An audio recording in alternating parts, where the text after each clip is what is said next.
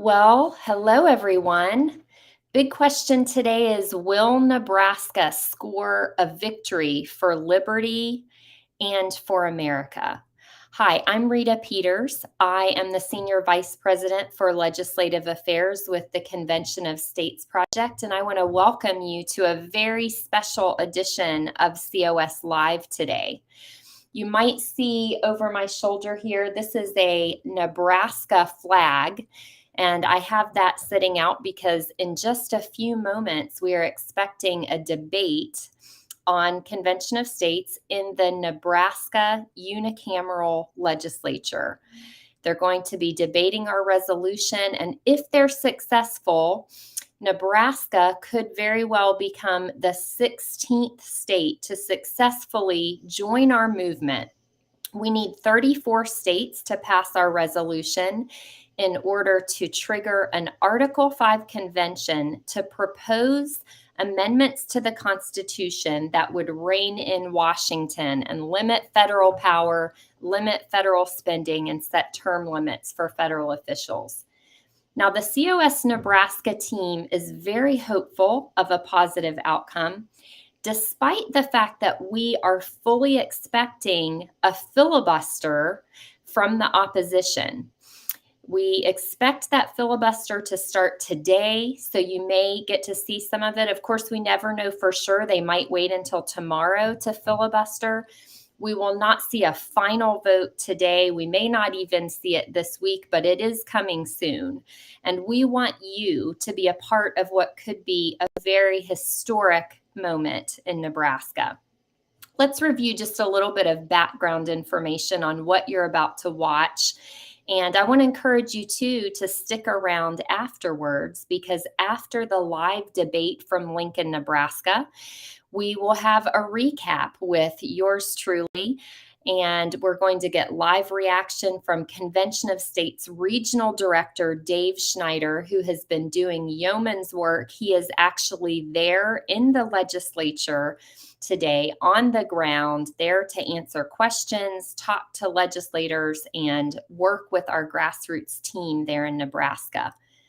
Now, this could be a very long debate. There is a filibuster rule in Nebraska. It's actually unusual as far as the state legislatures go. It kind of makes Nebraska look a little bit like Congress, because the filibuster could last up to 8 hours today, up to 4 hours tomorrow, or the next day they take up the resolution, and then another 2 hours on the final day, at which point we do expect to see a live vote. And we don't want you to miss any of the action.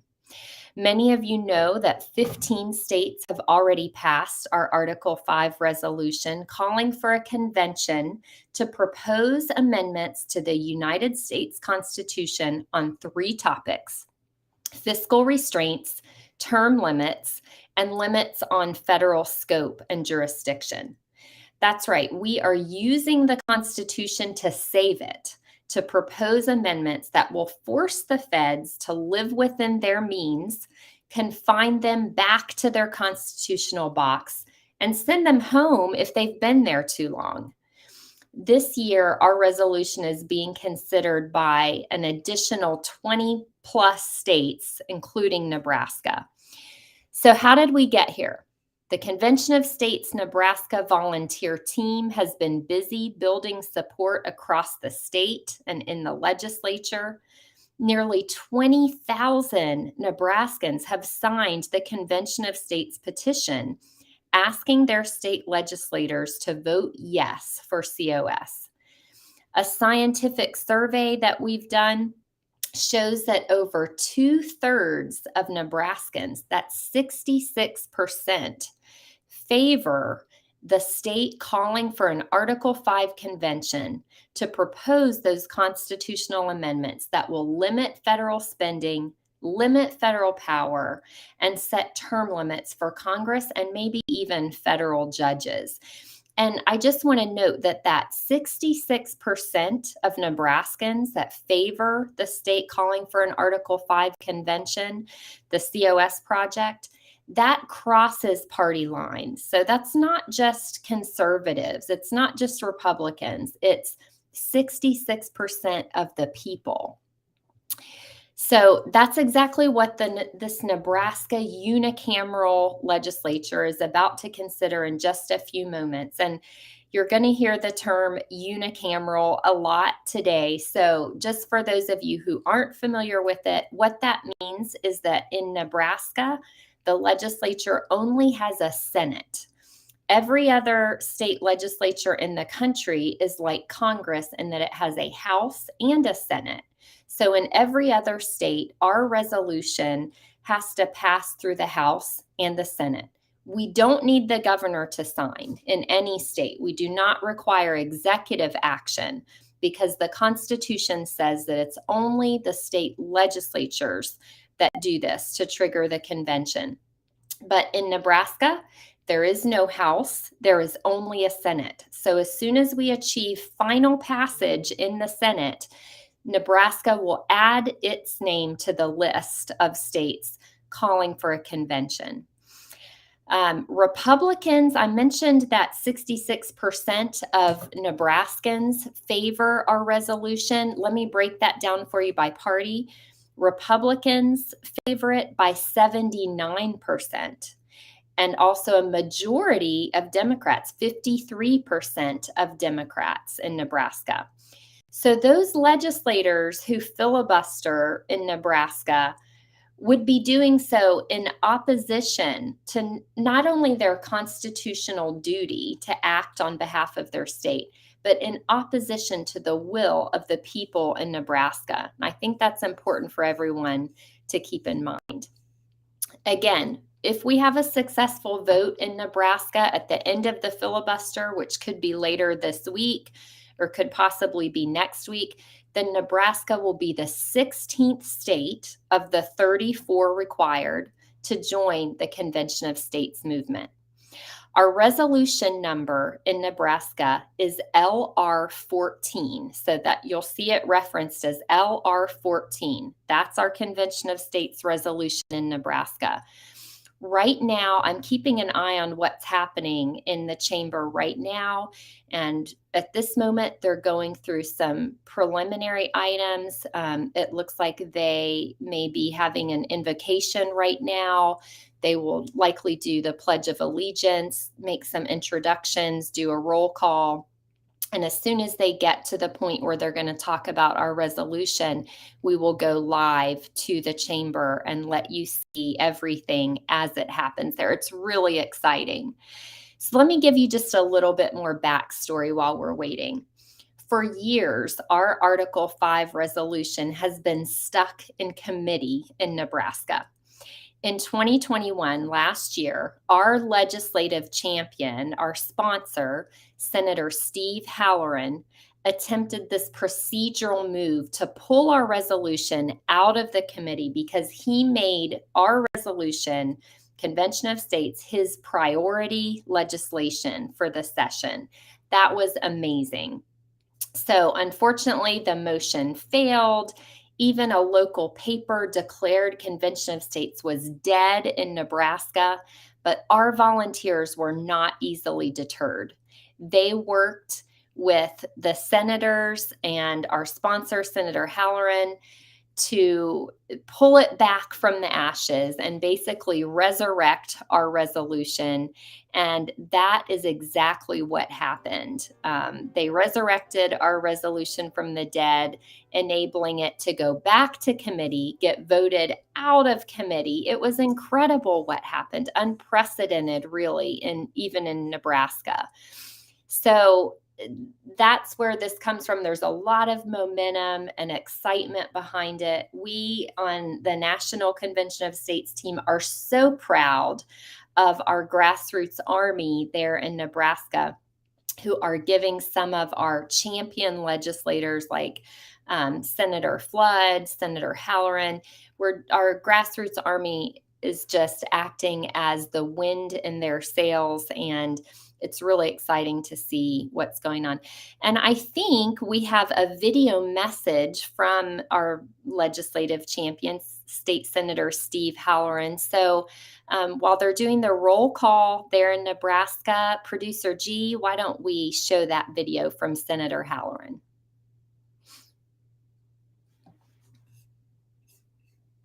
greetings to all my Convention of States supporters. It's a great cause and it's a great group of people to work with. Here in Nebraska we have a strong group and they've been working fearlessly to help us pass Article 5 Convention of States in Nebraska, which will be up this coming Monday, LR 14. We will be spending a day, 8 hours of debate. Some facts, and then on the other side there will be a lot of fear-mongering, and we'll just have to deal with that. When you don't have a case to make an argument, as the opposition really doesn't have, they subject themselves to fear and uncertainty and try to discourage people about promoting or adopting something. So we're going to give them the facts, and we're going to let people that I assume are going to be fairly logical support this, and it's looking pretty good. Well, there you have it from Senator Steve Halloran. Again, he is our legislative sponsor in the Nebraska Unicameral Legislature, the Senate, and he is there. I can't wait to see what he has to say for the floor debate. He has been just an amazing spokesperson for the states and a big champion of the states using their power to intervene on behalf of the people of America against a tyrannical federal government in Washington, D.C. I want to remind you to stay tuned after the debate today. I don't know when it will end. I don't know how long it will take, but we will eventually have a recap with yours truly, and we will do everything we can to get live reaction on the ground from Convention of States Regional Director Dave Schneider, who is there, and I just spoke to him right before we went live. He's ready to go. He is all amped up, as you might imagine. And again, keep in mind that Nebraska's legislature does have this filibuster rule, which is why we are expecting a very long debate. And one thing to watch for, I was told by Dave Schneider, our regional director, who's on the ground there today, that he is expecting Senator Adam Moorfield, whom Dave describes as the leading progressive in the state, to offer an amendment to the Convention of States resolution. And I just want you to pay attention, listen to the amendments that are offered. What you'll find is a lot of these senators will offer ridiculous amendments as part of their filibuster process. And what they're really trying to do is just stall things out. They're trying to kick up dust and create confusion. So that's why I'd encourage you to try to be with us for the wrap up and commentary at the end of the debate. We also expect the senators to break for lunch at some point, so that might be a good time, assuming they've started debate by then. When they break for lunch, we can come back on and I can give a little commentary to tell you more about what's happening and explain what's going on behind the scenes and what the issues are that you're hearing about. Now, Nebraskans, for those of you watching this broadcast right now, it is really important that you make your voices heard and that you do it today. So please go to nebraskacos.com for the latest information about which senators you should call right now. We need to get this done to win a victory for liberty in America. How amazing would it be to start 2022 off with a clear signal from Nebraska that reaches all across the nation and says, we are done with federal overreach, done with career politicians and runaway spending. We don't want socialism. We want liberty. That's what we're hoping will happen in Nebraska today. So again, if you are watching this broadcast from Nebraska, go to nebraskacos.com for the latest information and even for a list of senators that you should be contacting right now. It looks like they are having a little bit of a conference up at the speaker's desk on the dais, and I'm getting a message. Oh, let's go live, Producer G. It looks like, I don't know if it's right this minute, but it looks like they are going to recognize our Convention of States grassroots team from the floor. So that may not happen until the introductions, but let's listen in.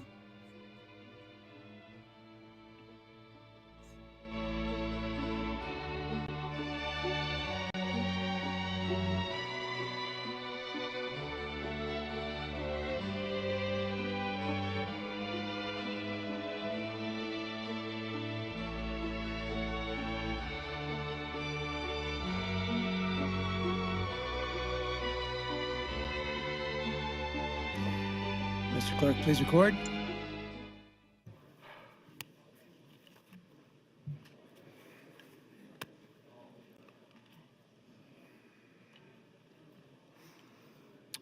I have a quorum present, Mr. President. Thank you, Mr. Clerk. Are there any corrections for the journal? I have no corrections. Thank you, sir. Are there any messages, reports, or announcements? Mr. President, I have reference reports.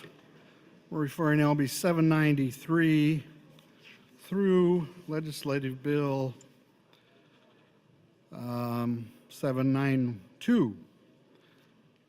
I'm sorry, Legislative Bill 685 through Legislative Bill 859. In addition, priority bill designation, Senator Ben Hansen selected Legislative Bill 906. And I have the report of registered lobbyists as required by law, Mr. President, to be inserted in the journal. Yeah. That's all that I have. Thank you, Mr. Clerk.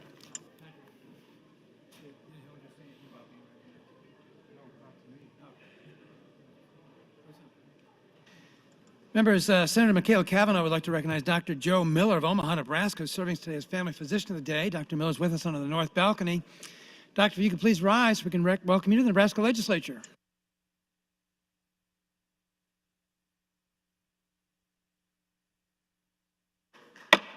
We'll now proceed to the first item on the agenda. General File 2022 Senate Priority Bills. You want this? Actually, before we proceed to that, we'll take up the introduction of some new bills, put them in the record. Mr. Clerk. Thank you, Mr. President. New bills, LB 907 by Senator DeBoer. It's a bill for an act relating to community property. It adopts the Uniform Community Property Disposition of Death Act. 908, Senator McDonald, a bill for an act relating to open meetings law, provides additional requirements for virtual conferencing. 909, Senator McDonald, a bill for an act relating to mental health, authorize mental health professionals and licensed independent mental health practitioners to take persons into emergency protective custody as prescribed. 910 is a bill by Senator McDonald, a bill for an act relating to state government, adopts the Nebraska Volunteer Service Commission Act. LB 911 is by Senator McDonald. It's a bill for an act relating to the 211 Information and Referral Network. It amends Section 751101 and changes the amount of the grant to be awarded. Legislative Bill 912 is a bill by Senator Moorfeld. It's a bill for an act relating to education, provides for mental health, first aid training, and changes provision in the use of lottery funds. 913, Senator Bostelman. It's a bill for an act relating to highways. It defines terms, it changes provisions relating to highways and roads, and provides for duties. 914, Senator Bostelman, a bill for an act relating to Public Service Commission, defines terms, requires the commission to create and maintain a location fabric, broadband access map, and broadband data repository. 915 is by Senator Wayne. It's a bill for an act relating to the Middle Income Workforce Housing Investment Act. It provides a requirement for grant eligibility and repeals the original sections. That's all that I have at this time, Mr. President. Thank you, Mr. Clerk. Now, members, we'll move to General File 2022 Senate Priority Resolution. Mr. Clerk. Mr. President, Legislative Resolution 14, originally introduced by Senator Holleran and others, it proposes that the state of Nebraska apply to Congress under the provisions of Article 5 of the Constitution for the calling of a convention of the states. Resolution was introduced in January of last year.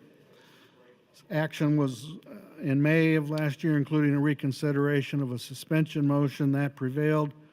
Subsequent to that action, the Government, Military, and Veterans Affairs Committee reported the resolution to general file, or reported it to the floor for further consideration. Reported to general file. That was done on May 27. I do have an amendment to the bill, Mr. President. Thank you, Mr. Clerk.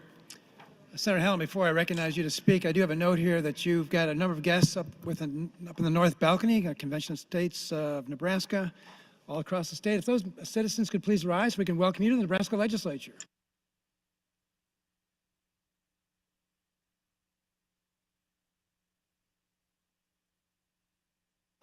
Senator Halloran, you're recognized to open on LR 14.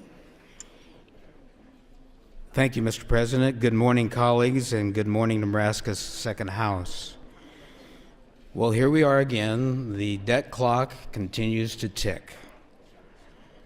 I've handed out my openings so that you can read along kind of in a closed caption fashion if you have difficulties following at least my openings in front of you. The federal debt is spiraling out of control. America is now reaching a tipping point. For years, the CBO, Congressional Budget Office, has described the excessive spending of Congress as, quote, unsustainable, unquote. Newly updated forecasts now show that the federal debt is accelerating and will soon reach $33 trillion. Those are the facts. According to the U.S. debt clock, the debt is inches away from the $30 trillion mark, and Congress just keeps piling on debt.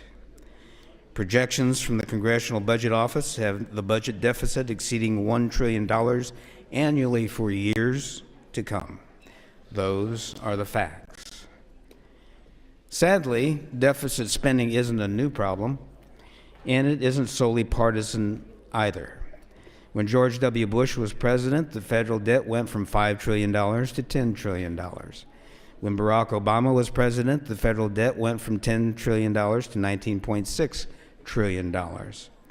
President Donald Trump did not resist adding to the debt, and now President Biden is proposing massive deficit spending to contribute his share. Those are facts.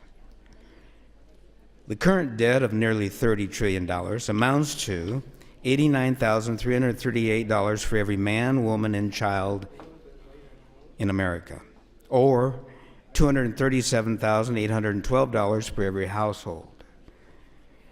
The debt today is 126.98% of our nation's GDP, gross domestic product. Put in other words, our nation's debt is nearly 127% of our entire economy. Put another way, the debt is more than 7.7 times the total of all the revenues that comes into the federal government annually. Those are facts.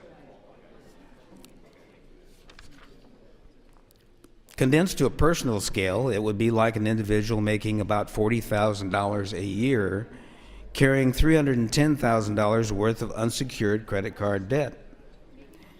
They would be borrowing money just to pay their interest payments and continuing to spend more each year than they actually earned. If that was a family member or a friend, we would have an intervention to get their spending and debt under control.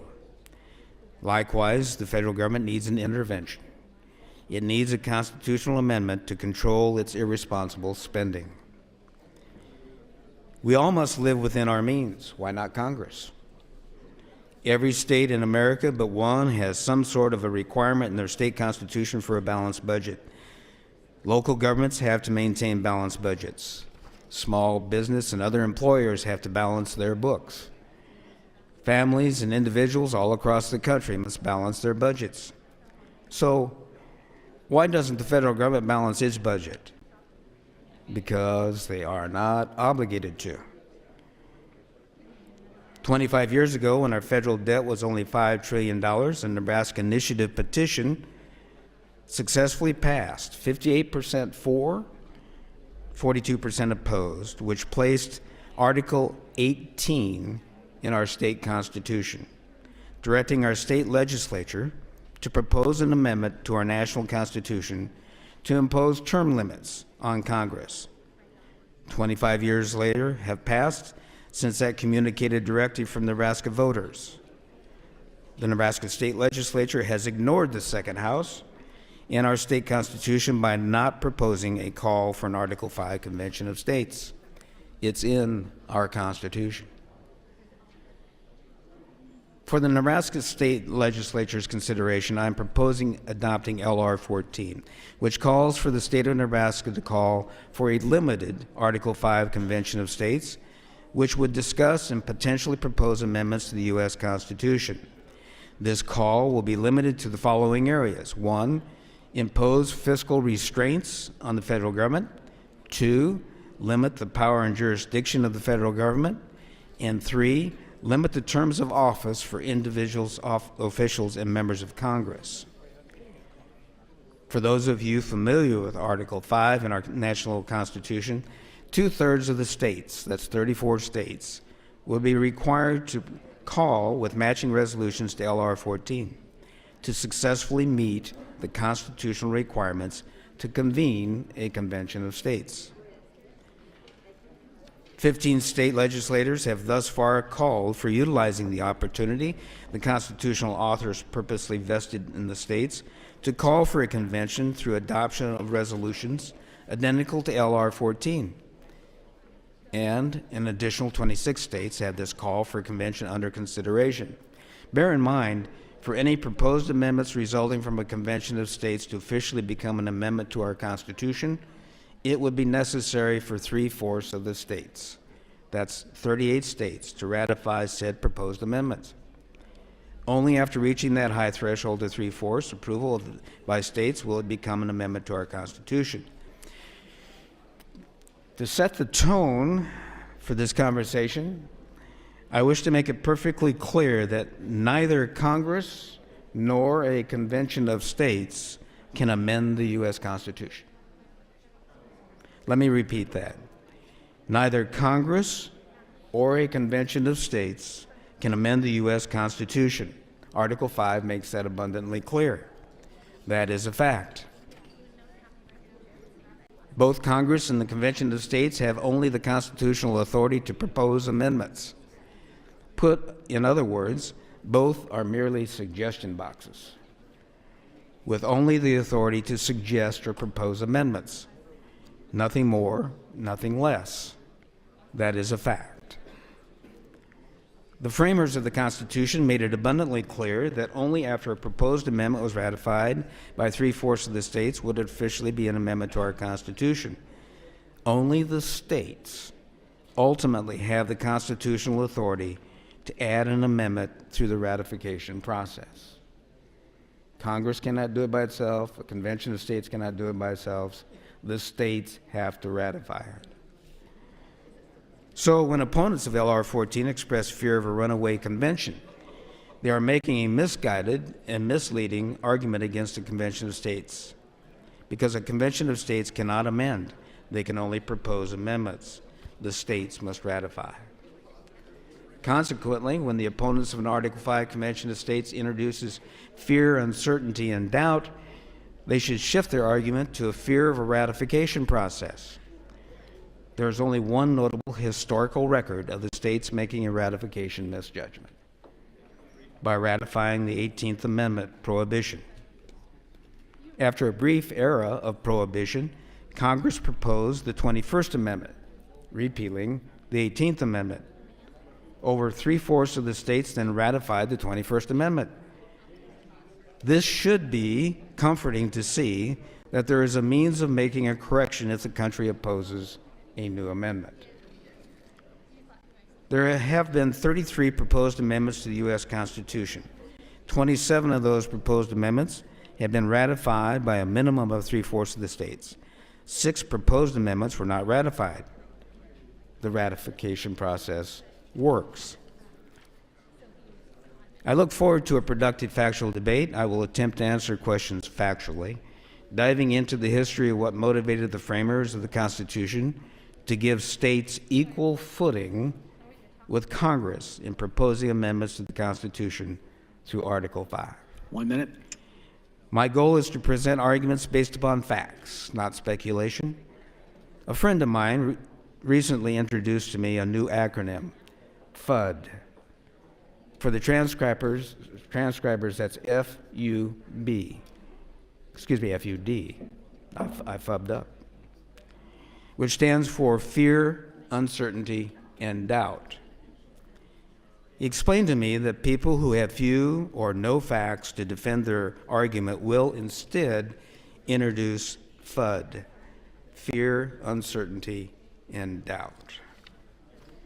I would prefer those who wish to oppose L.R. 14 to also debate with facts and not present arguments based upon hypothetical speculation of what might or might not happen in the Convention of States is called. In closing, Congress needs to have a constitutional guardrails to keep our spiraling debt in balance with our economy's ability to pay for it. Colleagues, I ask for your support of L.R. 14. Thank you, Mr. President. Thanks, Senator Halloran. Mr. Clerk. Mr. President, First Amendment to the resolution, Senator Moorfeld, AM 1545. Senator Moorfeld, recognized to open on AM 1545. Thank you, Mr. President. Colleagues, I rise in opposition to L.R. 14, but I do ask that you support AM 1545. I'll talk about my opposition here just to refresh everybody's memories and respond to Senator Halloran's arguments that he just made now. But first, my amendment, AM 1545, ensures that the scope of this resolution and this convention, if it can actually be limited, which I don't believe it can be actually, we'll get into that in a minute, this will make sure that the limited scope of this cannot touch our precious Second Amendment gun rights. So this amendment will state, and I'll just actually read for it, line 2, section 2, the legislature reaffirms its commitment to protecting the gun rights of Nebraskans. The Convention of States shall not propose amendments that could in any way result in the restriction, disempowerment, or elimination of the Second Amendment.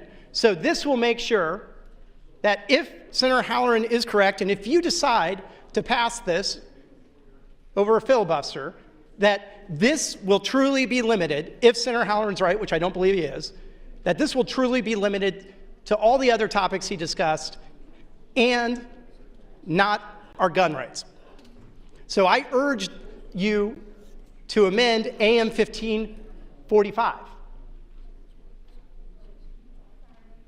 I urge you to do it because if this is passed, and if Senator Halloran is actually right about this being able to be limited, then I think that we should be prudent and we should make sure that we exclude the things that we hold dear, such as gun rights, among many other rights, from the call of this convention. I will tell you, though, that even if this passes, it does not alleviate my concerns that this will be a runaway convention. And I'll talk about that for just a little bit here. So let's step back for a second. Senator Halloran first says we should not be worried about things that are merely hypothetical. Colleagues, how this constitutional convention would run is merely hypothetical. One has not been called before. And if you look at the language, which I'll read in a moment, if you look at the language of Article 5, it is incredibly broad. It does not state that states may limit the call to a constitutional convention. And in fact, colleagues, the last time that we had a constitutional convention, it was a runaway convention. It completely got rid of the Articles of Confederation. Now, I think that they ended up with a better document in that case, a better constitution, one that was stronger. But there were a lot of people very upset with how that convention went and how it strengthened the centralized power of federal government. So not only since that Constitution was passed have we not had a constitutional convention to have any precedent to support Senator Halloran's statements that this could be limited, but the only time that we've had a constitutional convention on the federal level, it has been a runaway convention. So the only precedent that we have, colleagues, is our current Constitution, which went far outside the bounds of the original call to amend the Constitution for the delegates to come and talk about changes to the Constitution to strengthen the power of the federal government.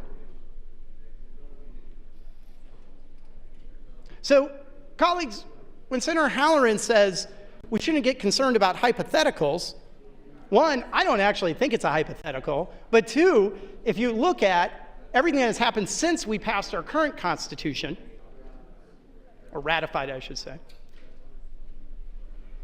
all it is hypotheticals. There is no precedent. And let's just read from the Constitution real quick, Article 5. The Congress, whenever 2/3 of both houses shall deem it necessary, shall propose amendments to this Constitution or on the application of the legislatures of 2/3 of the several states, so what we're talking about here, shall call a convention for proposing amendments, which in either case shall be valid to all intents and purposes, as part of this Constitution when ratified by the legislature of 3/4 of the several states, or by conventions in 3/4 thereof, as the one or the other mode of ratification may be proposed by Congress, provided that no amendment shall be made prior to the year, and that's not relevant to this part, but it's very broad. There's nothing in there that says that you can narrow the call for this convention. And colleagues, these bodies, once they are formed, and once there is no precedent for them, they can operate however they want. And in fact, some Supreme Court justices have said that they cannot, as a Supreme Court, interfere with the Constitutional Convention. So we don't even know if the court will be able to provide boundaries other than making sure there's enough states that have actually called them. This is a very dangerous proposal. It's a very dangerous proposal, and you've heard from many people, both conservative and liberal, because I've gotten all of the messages you've gotten, phone calls and all of that, of people that are very concerned, and with good reason, because there is no specific language in our Constitution that allows states to limit the scope of a constitutional convention. That is very dangerous, colleagues. And not only that, we talk about, well, hey, look, if we all have the same call to a constitutional convention, it says it's clearly confined to these different subjects. But yet, our own body suspended the rules of this body to be able to address this issue. The legislature suspended our rules to pass a convention call, promising a convention will follow the rules. We are case in point that we have the ability to suspend our own rules and be able to take on different topics, different subjects. And how do we know that a constitutional convention that's convened in Washington, D.C., I'm assuming, will not do the same? Because we all know we can go through the mental gymnastics of, well, it's just limited to balancing the budget, but in order to balance the budget, we have to tweak these other few amendments to get there. And then somebody says, well, that doesn't seem very germane to the call. The call's narrowed to this. Well, I'm sure that there'd be a procedure within that convention where they would be able to overrule the ruling of the chair, or maybe the chair would actually agree with them. And then suddenly we have a new constitution that has impacted all kinds of rights that we hold dear. Colleagues, this is a dangerous proposal. Don't just take my word for it. Take the word of all the legal scholars across the political spectrum. And I've got them all right here. I'm happy to show you them. I'm going to talk about them today at length, that have indicated serious concerns, the same concerns that I am talking about. If you can show me definitive language from somewhere, whether it be Supreme Court precedent or somewhere in the Constitution, maybe I'm misreading the one paragraph of Article 5, that indicates that we can limit the scope of this once the convention has been called, and there's some kind of way to enforce that, then I'm all ears.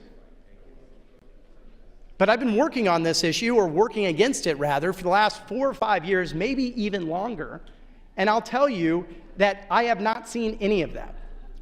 And I don't think you'll find any of it either, other than some language in state resolutions that aren't going to have jurisdiction once this clause of the United States Constitution is invoked. And I know many of you might be sitting here going, well, listen, I mean, this doesn't seem like a big deal. You have to get so many supermajority of states to actually call the convention. And maybe it'll happen, maybe it won't. I'll tell you this, though, if it does happen, it's going to be very real.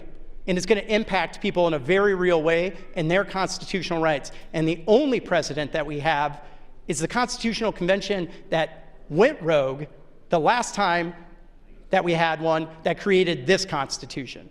That's the precedent you should be worried about.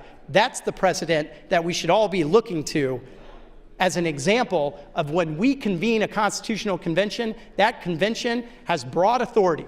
And there is nothing in our current Constitution that limits the scope of that authority. And given the Supremacy Clause, it doesn't matter what we put in the state resolutions. Colleagues, I urge you to oppose LR 14 and at the very least, pass AM 1545. That's time, Senator. Thank you very much, Mr. President. Senator Moorfield, you're actually first in the speaking queue. You may continue for 5 additional minutes. Thank you, Mr. President. I'm going to yield my time to Senator Blood. Senator Blood, recognized 5 minutes. Thank you, Mr. President, and thank you, Senator Moorfield. Fellow senators, friends all, I stand in support of AM 1545 and in opposition of LR 14. And I want to approach this differently because I do have constituents who are in favor of this, but I also have constituents who are against this. And so I always like to get outside of the rhetoric and the smoke that's being blown up my skirt and do my own research. And you can tell by how there's a lot of people not paying attention to the debate, how some of them are already going to vote because they already know. But one of the things that always concerns me is when I hear that there was vote trading on a bill. And I know for a fact, Senator Halloran, that there were several people that traded votes for you to get you support where you needed it. And I don't fault people for vote trading. I personally don't do it, but to me it's always a red flag if someone's having trouble getting a bill over the finish line. One of the things I found in my research is that since 2016, 7 states have rescinded previous applications to call for a convention of states. 7 states. In 2016, Delaware, 2017, New Mexico, Maryland, Nevada, Texas, South Dakota in 2019, Colorado in 2021. Since 1988 to 2021, 23 states adopted legislation to rescind previous legislative measures for convention of states. Then 12 of those states changed their minds back. So if they can't even make sense, they can't make decisions based on, yes, we want to belong to the Convention of States, no, we don't want to belong to the Convention of States.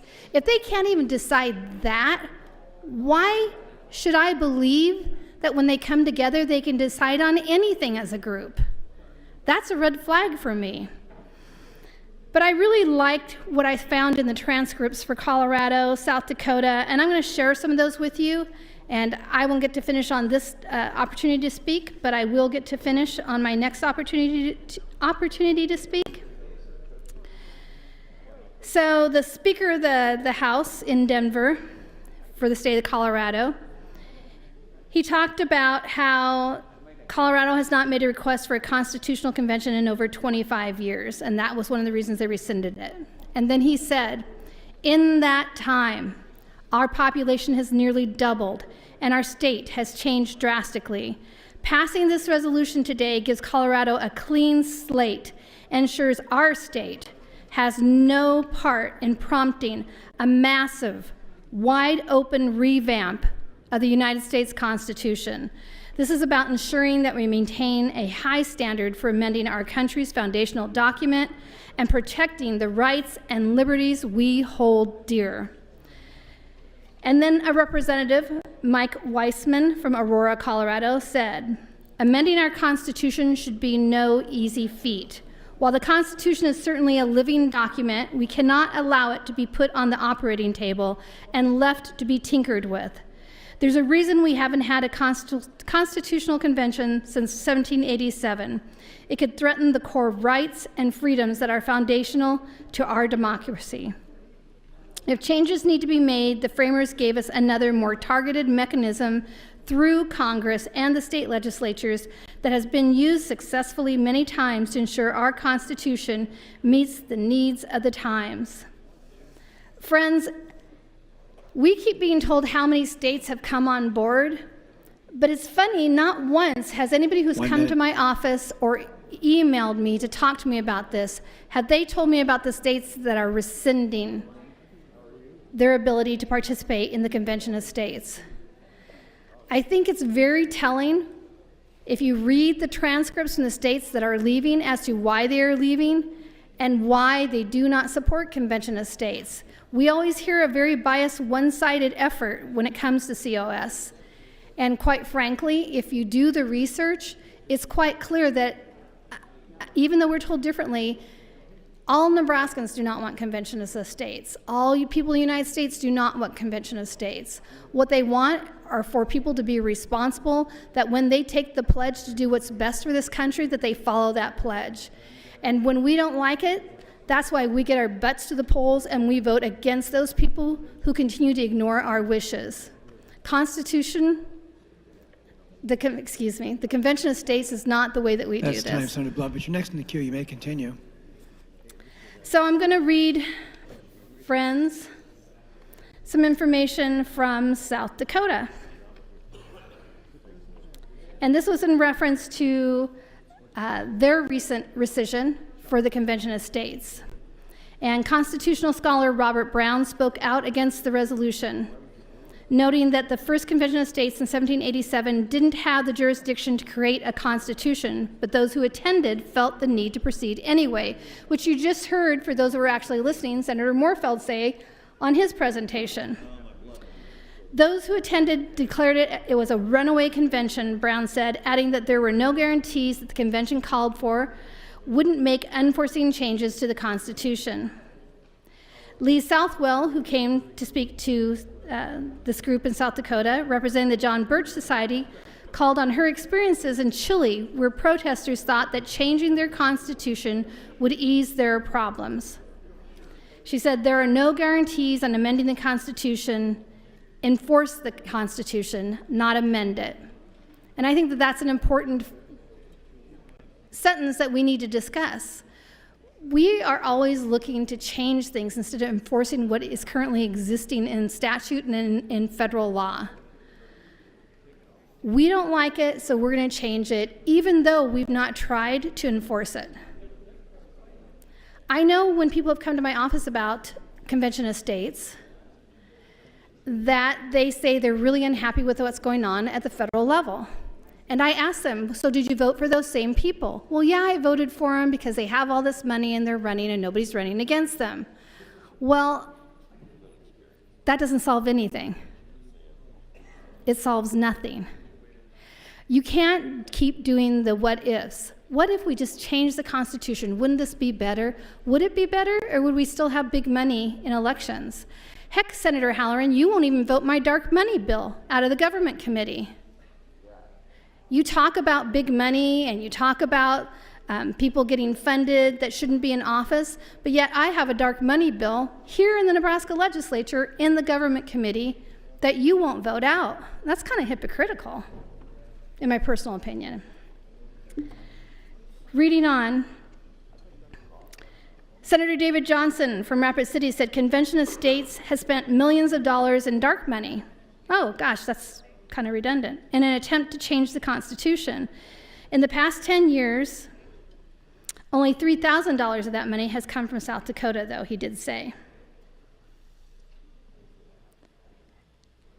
Our Constitution is not the problem. The problem is big money in campaigns, special interests, partisan interests. I mean, heck, look at our body. We know there are people that are in here that without some of the big partisan money would probably not be here. We know there are people that are in here that were purposely put up for an election because certain folks weren't happy with how the previous, and in this case it was Republicans, were doing in our body. And so those people were basically run out of town. And some of them were really good senators that were nonpartisan and believed in the beautiful bipartisan spirit of the Nebraska Unicameral. I'm really confused while we're trying to change the Constitution based on the fact that we want to see effective change. But yet, we see the same things going on at the state level. They're obviously never going to change. We're going to see the same things going on whether you change the Constitution or not at the federal level, because there's always going to be dark money until people are brave enough to vote bills like that out of the hearings, Senator Halloran. And again, the fact that there are people on this floor that are voting today because they traded votes kind of makes me sick to my stomach. Either a bill is a good bill or is a bad bill. If you can't get your bill pushed forward and you don't have enough votes to push it forward, then you need to amend your bill or you need to try again the next year. But to trade votes means that something's defective. And I'm not sure what that is, but I am going to continue to talk on this. Thank you, Mr. President. Thank you, Senator Blood. Senator Breezy. Thank you, Mr. President. Good morning, colleagues. I rise to support Senator Halloran and applaud his efforts in his relentless pursuit in an application for an Article 5 Convention of States. I believe that the burgeoning and out-of-control federal debt is one of the greatest threats to our future and the future of our children and the future of our grandchildren and so on. And I believe in term limits. I believe in term limits for us. I believe in term limits for Congress. And if you believe as I do, you have to ask yourself, how else are you going to get this done? How else are you going to curtail out-of-control federal spending? How else are you going to get term limits in Congress? Senator Halloran's on the right track here. And as far as Senator Moorefeld's amendment, I don't really think it's necessary. But anytime we can take a step that will help ensure that we are protecting Second Amendment rights, probably ought to do it. So I'm going to support AM 1545. And I'm going to support LR 14. And with that, I would yield the rest of my time to Senator Halloran. Thank you, Mr. President. Thanks, Senator Breezy. Senator Halloran, 3 minutes 50. Thank you, Senator Breezy. Well, you know, since we're wanting to hypothetically suggest there's skullduggery going on, let's talk about an unfriendly amendment. Okay, we've heard of that before. Unfriendly amendment kind of kills the bill, kills the resolution.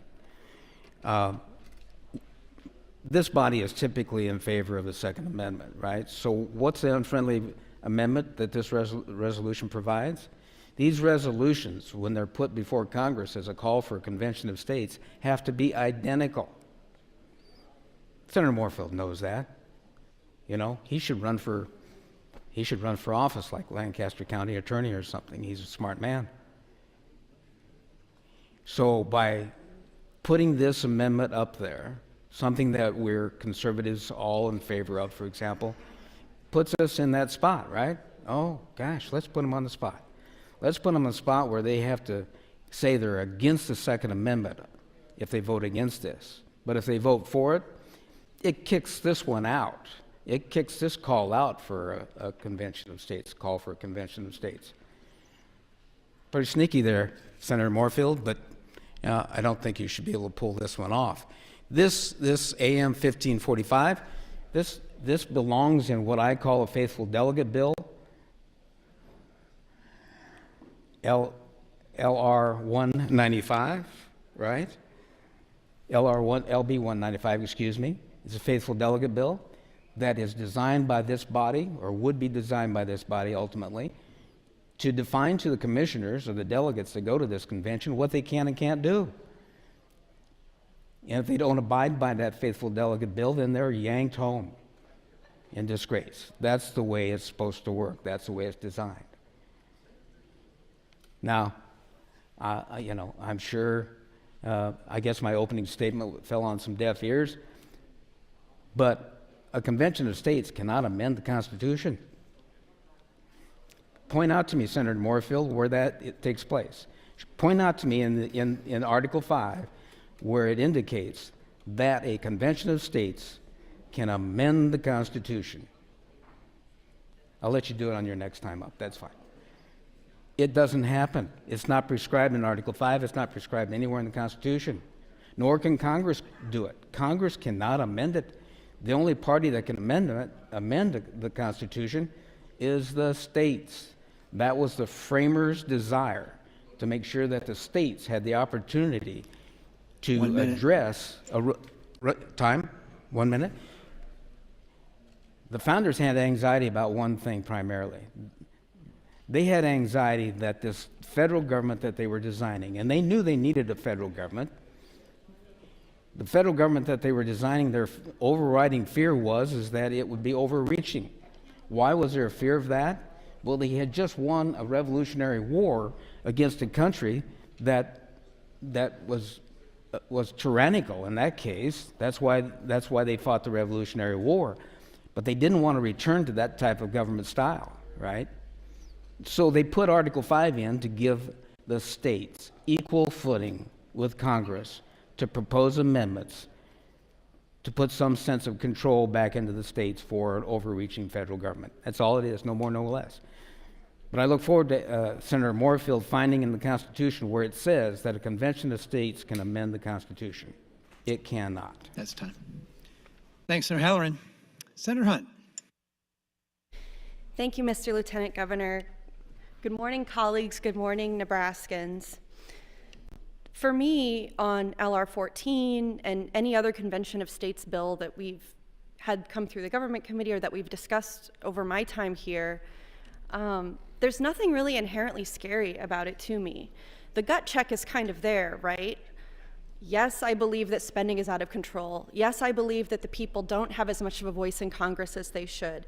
Yes, I agree that Congress is broken. There are lots and lots of problems going on in our federal government, and something like a convention of states, once you learn about it the first time, it's like, okay, well, that makes some sense. It's really cool that we have this little like escape hatch trapdoor in the Constitution that will allow us to put this check on government, this check on Congress. And I agree with Senator Breezy that Senator Halloran is on the right track. But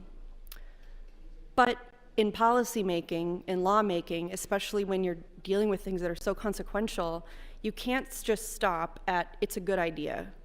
You have to keep following through the logical conclusion and the policy implications and what the law actually says before you decide it's a good idea to move forward with. It's definitely a good idea. And I really enjoy listening to Senator Halloran talk about the Convention of States, as I've learned a lot from him and I've heard him talk about it for many years here. And I do think it's an interesting idea. I'm just not convinced that it's a good idea. I'm not convinced that it's a good idea outside of a philosophical exercise or some founding fathers role play or something like that.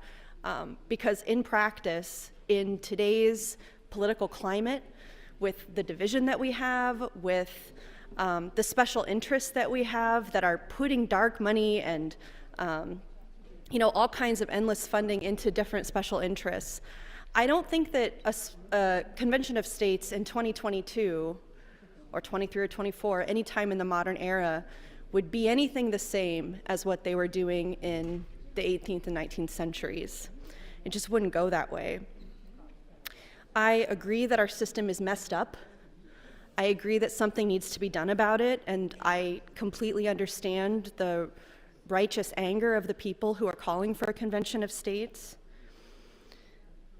But given the current political climate that we have in this country, it's highly racialized, voting rights are under attack, we're on the brink of authoritarianism, we have serious threats of fascism at the state level and at the federal level, and we're still slowly walking back some really wild stuff that happened in the last 4 years with President Trump. Something like this, I think, is not going to go well for the American people. I particularly don't support a convention of states under the framework that we have today Not saying that there isn't some way that I could support it in the future, that there could be some kind of scenario where it would be a good idea, but I can't support LR 14 because it opens the door for special interest groups, all kinds of money, all kinds of nefarious actors, people who don't really have the best of intentions for our democracy and our country, to make wholesale changes to the US Constitution.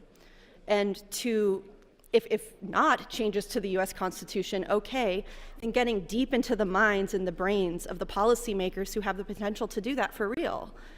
And if you have a problem with money in politics now and in Congress and dark money influencing the law in the society that we live in, if we open up the US Constitution to be influenced by these groups, thank you, Mr. Lieutenant Governor, there's nothing in Article 5 saying that, Acme conglomerate, ABC, can't be the official corporate sponsor of the Convention of States. And what would that mean for our democracy? Would it really end up in the needs of the people being represented, or would it go back to corporate interests? Well, I'll tell you, the people don't have millions of dollars to spend lobbying for this kind of thing, so we know who's going to end up being in charge of it. And that's sort of the bulk of my opposition.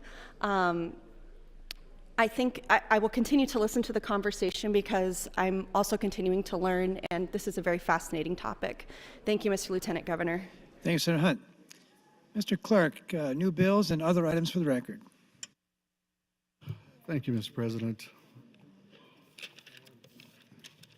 First of all, let me remind the referencing committee will meet upon recess, Mr. President, in room 1525, referencing it upon recess, 1525.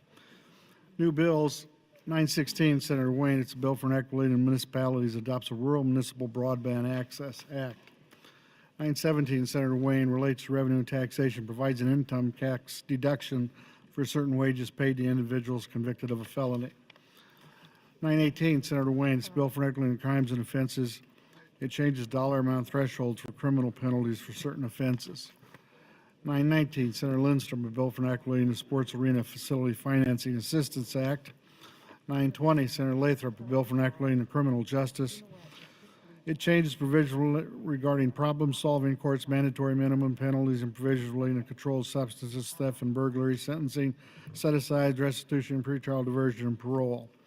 LB 921 is by Senator Lathrop. It's a bill for an act relating to crimes and offenses. It changes where certain sentences of imprisonment are served. 922, Senator Lathrop, relates to courts, increases the number of district judges in the 4th Judicial District. 923 is Senator Kavanaugh, bill for an act relating to Nebraska County and City Lottery Act, changes provisions relating to the game of Keno. 924, Senator Brewer, relates to water reduction and recycling, includes cities of the first class as grant recipients for certain reimbursement costs. 925, Senator Greger, relates to the Department of Natural Resources, adopts the Resilient Soils and Water Quality Act. 926, it's a bill for an act relating to revenue taxation, provides an income tax credit for rent paid on dwellings. 927, Senator Pauls, relates to the Convention Center Facility Financing Assistance Act. It defines and redefines terms. It changes provisions relating to use of state assistance. 928, Senator Sanders, related to Nebraska Political Accountability and Disclosure.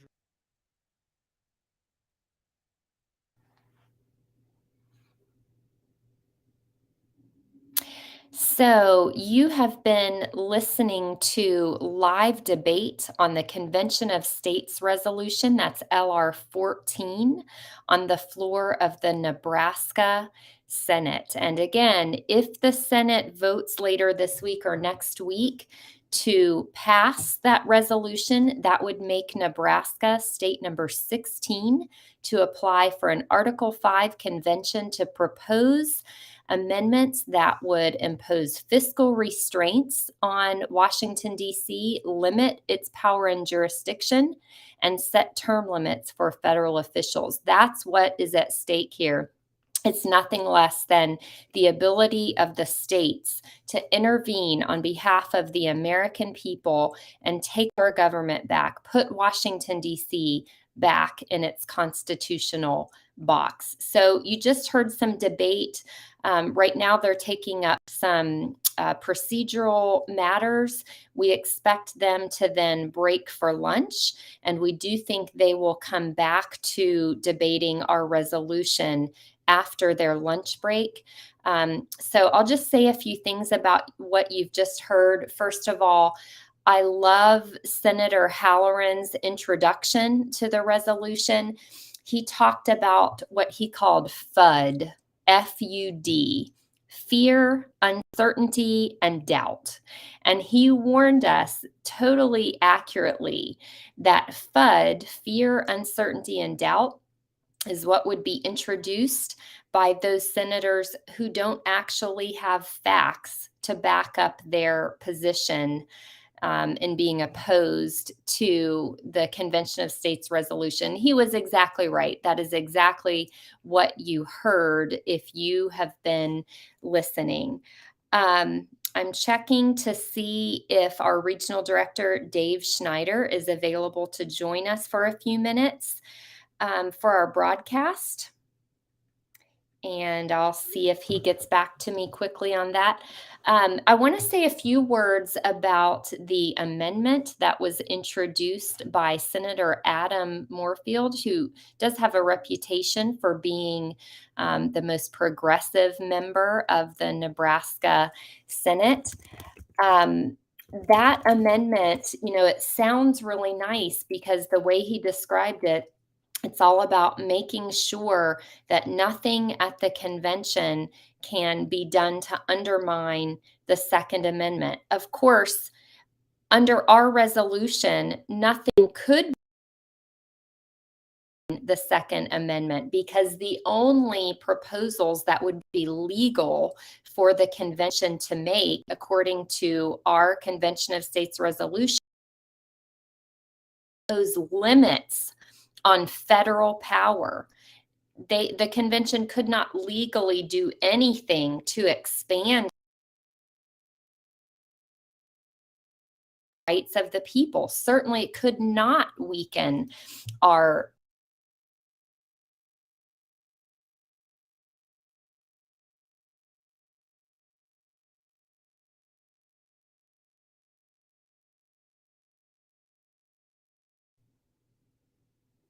Do we have Dave? Okay, well, while we wait, there we have Dave. Hey guys, yeah, my internet's Dave. going in and out a little bit. I'm standing outside the chambers here in Nebraska, right outside the Unicam chamber, and some interesting debates thus far, right, Rita? Right, absolutely fascinating. So tell us about Senator Moorfield and what do you think he's trying to do with his amendment? Well, there's a lot of tongue in cheek. He's not known for his Second Amendment gun protection, that's for sure, and he knows that for theater, it does play to the conservatives to offer an amendment that protects the Second Amendment. And as Senator Halloran did talk about, that it was an attempt to kill the bill, and it was great that Senator Halloran did address that. They haven't voted yet on that amendment, but again, he's no champion of the Second Amendment, and his own arguments on the floor contradicted the reasons why he was bringing the actual amendment. He said specifically that you can't control anything, yet he was trying to control it. So it's kind of funny, his double talk. It just proves that he isn't serious, and he's just trying to create some static with the conservatives. Yeah, it seems like he's just trying to cause confusion. So tell us, Dave, what is the attitude like? We saw the grassroots team get introduced from the floor. That was really exciting. What is the attitude like among the grassroots who are there to see this unfold? Well, the good news is I'm standing right next to Steve Jessen. So Steve, he's one of our, hold on, I got to get my camera angle here. Wow, there we go. So everything's in reverse. So yeah. Steve Jessen is one of our biggest champions in the Capitol building. He's been doing just an amazing work here in the Capitol. Spent more time than anybody. So Steve, what's been the attitude thus far? Well, we got supporters here. They're lined up, and we got introduced actually at the beginning, as everybody probably saw. But I still feel good. Everything looks good. So far, I haven't heard any arguments that would change any votes. Yeah. Well, Steve, thank you on behalf of the national team and all the Americans watching you right now on COS Live on Facebook. Thank you for being there. It is such a sacrifice, and we just appreciate your commitment. You are an example for the rest of America watching right now of what we need to take back our government. Thank you so much. Yep, you're welcome. Indeed, Steve has just been an absolute champion in this building. It's fun to be with him. He's a little bit of a rock star now. That's awesome. So Dave, before we let you go, I'm sure you need to run and get some lunch, and we need you to stay energized and fed. Before we let you go, what do you expect to happen next? You're going to see more of the same. I anticipate when they come back, you're going to hear some more on this amendment because they have not yet voted on the amendment. They'll hopefully kill that amendment and then move on probably to another one. So my guess is we're going to have more of the same this afternoon, some ad hominem attacks on Convention of States from the leftists that are certainly opposing the effort. We'll probably get through today, and we're looking at a vote maybe tomorrow morning, somewhere around that point. It depends on how long the debate goes today, but stay tuned. It's going to be fun. Okay, well, we'll stay tuned. They're not going to wear us down. I know our grassroots, and they do not go away. No, they're hanging out right here. They're all around. Right. Hey, everybody, go Nebraska. I've got my flag here.